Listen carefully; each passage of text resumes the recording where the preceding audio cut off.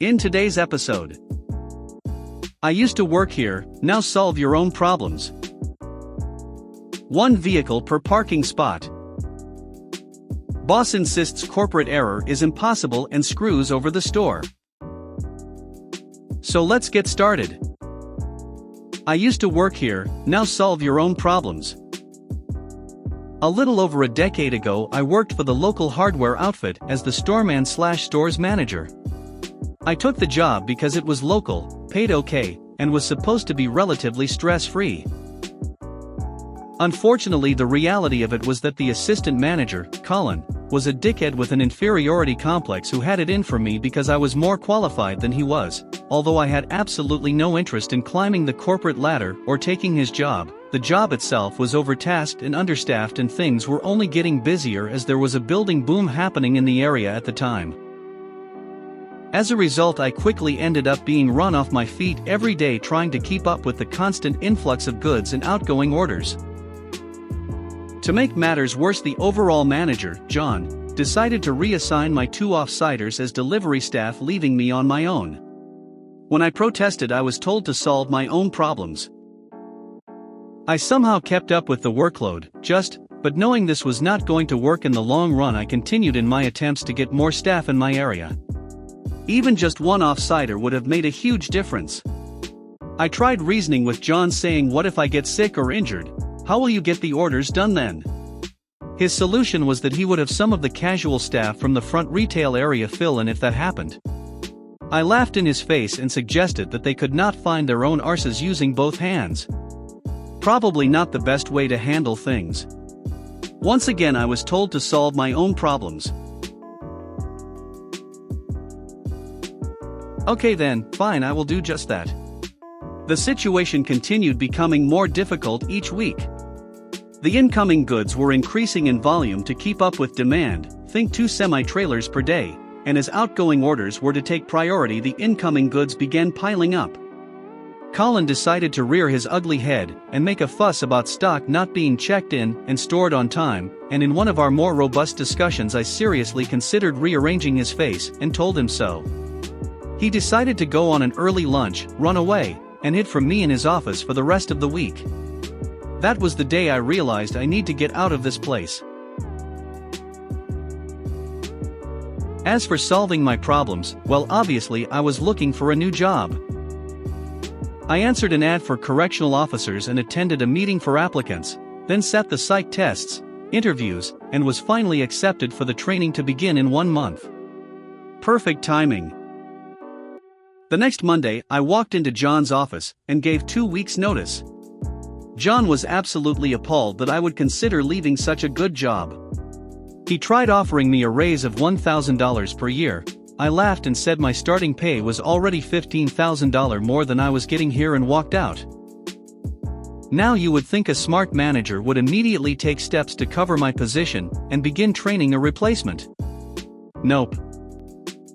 Nothing happened for the next week and a half until on my last Thursday John finally showed up with a replacement, some entirely forgettable teenager who plainly had no chance of keeping up. I trained him as best I could, and the next day said my goodbyes. 2 months later, I walked in as a customer, flush with my new job money. The place was an utter mess. There was shit everywhere, unprocessed goods still in sealed boxes, pallets of sheeting just dumped in the truck yard, and no one could find anything. The original guy I trained was nowhere to be seen, and 4 new young guys with haunted-looking faces were madly scrambling about trying to sort their shit out. No one knew where anything was, where anything goes, or even how to do a basic invoice check. Total disaster, which brought a warm glow to my evil black told you so heart. Upon seeing me, John quickly pulled me aside and asked if I can help out and show the new guys what to do. I took great pleasure in reminding him that I had repeatedly warned him this could happen, and that not only did I no longer work here, but that he will have to, and I quote, solve your own problems. One vehicle per parking spot. This tale takes place when I was assigned to JTAC, Joint Terminal Attack Controller, unit at Osan Air Base, Korea. JTACs are Air Force personnel who embed with Army units to call in airstrikes, as the Army has a disturbing tendency to get themselves killed when calling in their own airstrikes. There's more to it than that, but anyway. We had mandatory PT, physical training, every morning at 0645 at the base gym. Most people on Ozone lived on base, and not everyone was allowed to own a car. This meant parking was very limited at most places on base, and the gym had about 20 parking spots total. But since most people walked, and we showed up really early, this was never an issue. However, JDAX being JDAX, many acquired mopeds which were much easier to get a permit for.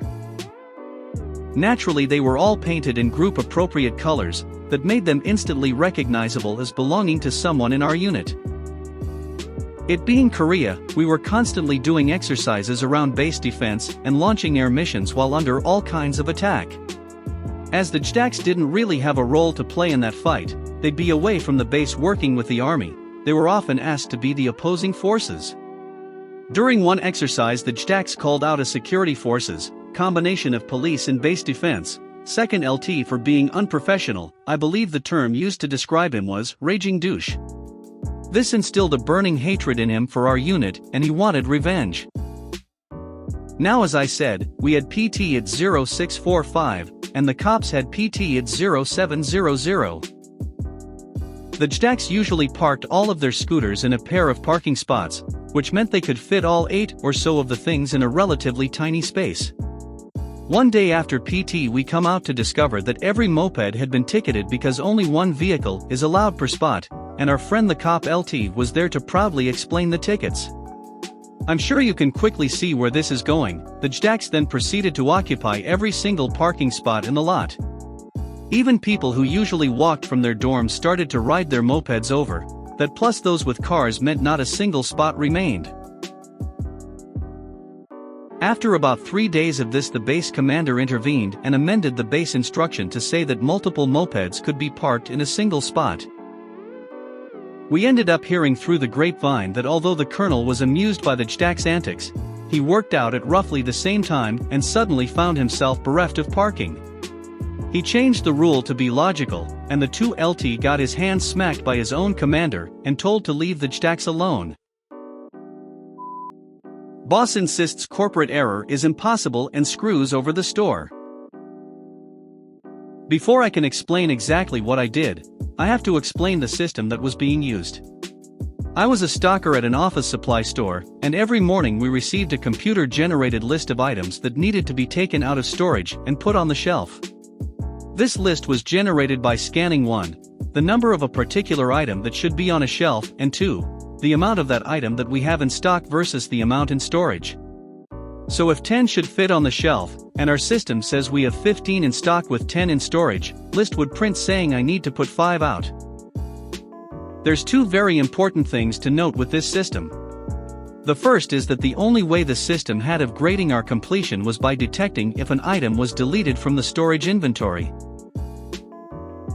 The second is that each store was graded on how closely they followed the list, by percentage. If the list said 50 items needed to go out and we managed to get 40 out, we got 80%.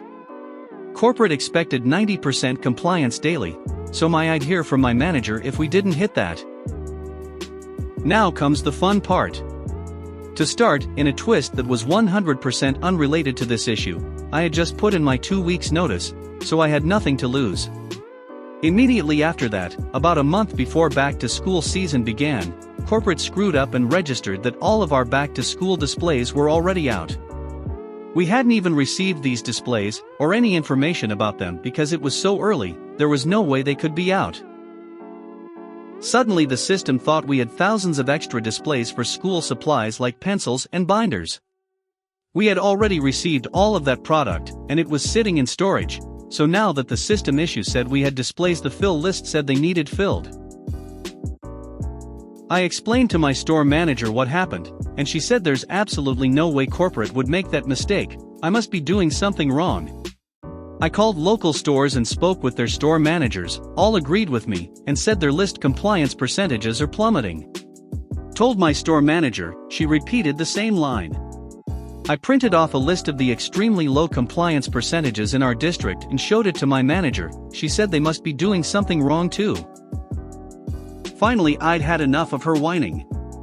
So for my last 10 or so days there, Whenever this list printed saying we needed to fill several hundred items from storage, I just deleted those items from storage. On my second to last day, my store manager gave me a hearty congratulations on solving the issue and told me how much better we're doing than all the other stores. By the time the displays came out for real, I was gone. I was told by my former coworkers that the store was absolute chaos because a few thousand items just didn't exist in our system, and they had to completely go through the entire store's inventory to get it all fixed. Several years later, I still find it hilarious how proud my manager was that I had solved the issue. If you made it to the end of the video, thanks for watching. Don't forget to like, subscribe and share, and we will see you in the next video.